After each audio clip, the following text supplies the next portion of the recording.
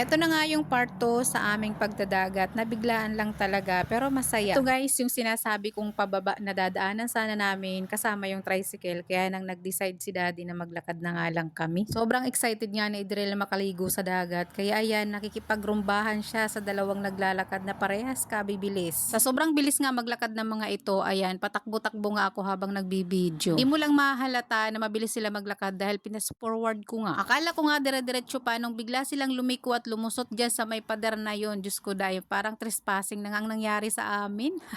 Yung kaibigan ng kapatid ni daddy, dito nga daw kami dadalhin. Kaya lang naunahan na nga kami at may nakapwesto na nga. Marami nga sila at overnight nga daw to. At kung mapapansin nyo, mayroon nga silang daladalang tent dahil may mga bata silang kasama. Napakaganda nga pala ng tanawin dito sa may kabilang side. At kung mapapansin nyo kanina sa unahan ng video ko ay may mga yate nga dito. Sabi nga ng pinuntahan namin dito, madalas nga daw si Willie Rebillame na magpunta dito sakay ng yate. Kaya lang hindi naman daw nagtatagal dahil pinagkakaguluhan ng tao pero namimigay nga daw to ng pera. O diba, sana all talaga nabibiyayaan. Charis. Anyway guys, nahiya nga akong dumaan dyan dahil kumakain nga yung mga kababaihan na nandito sa may kabilang side. Hindi ko na nga lang binidyohan dahil nakakahiya naman.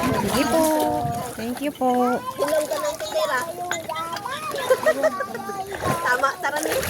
Inalok pa nga kami sa pagkain at kakoy salamat po dahil busog pa naman kami at bago nga kami pumunta dito ay kumain nga muna kami pero may dala din naman kaming pagkain. May dala nga kami diyang tinapay guys at nagluto nga ako ng carbonara. Marami nga silang nag-outing dyan parang magkakaibigan or pamilya dahil may mga bata rin nakasama. Napakaganda nga ng pwesto nila doon guys, hindi ko na nga lang nabidyohan dahil syempre nakakahiya. Kahit nga maghapon sila doon hindi sila abuti ng init dahil takip sila ng malaking bato or may pader nga doon guys kaya naman safety talaga doon na mag-overnight. Ganda rin naman yung naging pwesto namin. Ang problema lang mainit. Tas may nakita nga si kuya na tabla at inilagay nga doon para may paglagyan nga kami ng aming mga gamit at pagkain. At nung may ayos nga yung mga daladala namin, ayan, nagkwentuhan nga muna sila saglit dyan. Napakaganda nga magtambay-tambay dyan guys habang nakatanaw sa bundok. Sa ilang sandali na pagtigil ko nga dyan ay medyo na-relax nga yung utak ko. Yung mga nakikita nyo dyan guys sa mga bangka, ayan pala yung ginagamit nila para nga mangisda. Yung kaibigan ng kapatid ni daddy, meron nga daw siyang bangka at ginagamit nga daw niya yan kapag mangingisda sila. Wala nga siyang huli ngayon dahil nagkataon naman na hindi nga sila nagpalaot. Kaya umuwi kami na wala kaming dalang isda. Pero okay lang yan dahil nakarelax-relax din naman kami. Kung ganyan naman kaganda ang tanawin, abay nako, parang ayaw mo na nga umuwi. Katapos itinuro nga ni kuya yung mga balsa na nasa laot. Pwede nga daw yan i-rent kung gusto nyo. Medyo mahal nga lang daw yung renta dyan pero marami naman kayong makakasakay na or marami naman kayong makakapunta na doon sa pinakabalsa. Yung isa nga daw dyan ay kayang magdala ng 30 katao pero mas mahal siguro ang renta doon. At pwede na nga rin daw doon mag-overnight sa may balsa na yon basta dala-dala nyo na lahat yung mga kailangan nyo lalong-lalo na sa pagkain. Sabi nga ni daddy babalik nga daw siya dyan at gusto niya dyan magrenta sa balsa. Aba nako, akala mo naman mapera. Charis. Pero nung binata nga si daddy, kinikwento nga niya na kapag bumababa nga daw siya ng barko, madalas nga daw sila nagpupunta sa Matabungkay at doon nga daw sila sumasakay sa balsa. Wala lang, nakwento lang niya at sayang nga daw hindi ko naranasan yun pero okay lang.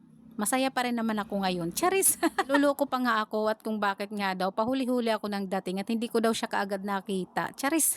Anyway guys, kung matapos nga kanilang kwentuhan, ayan, nag-swimming na nga ang magdaddy. Mga alas 9 na rin kasi ng umaga dyan at medyo mainit na rin yung pwesto namin. Kaya ayan, nag-decide na nga ang dalawa na mag-swimming. Pero ako, eto't paupo-upo lang na taga-video at taga-picture nga lang sa kanila. O diba, sana all. Charis! May dumating nga na maglolola at may nakakwentuhan nga ako. Mabuti na lang may dumating at hindi napanis ang laway ko.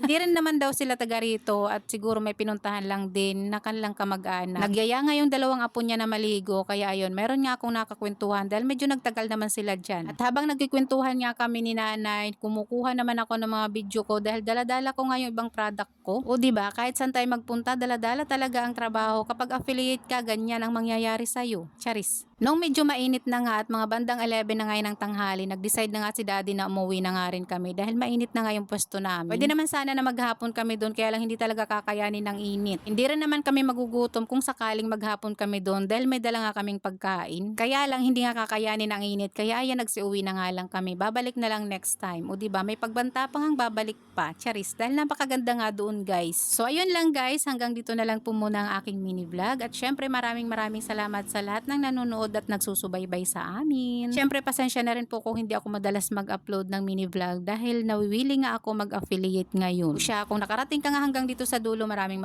salamat. At syempre kung hindi ka pa nga naka-follow, pa-follow na lang po. Maraming salamat. Bye. God bless po. At pasensya na rin po kung medyo maingay nga ang aking voice over dahil wala nga ilaw dito sa amin. Pinilit ko lang talaga na mag voice over ngayon dahil nga kailangan na.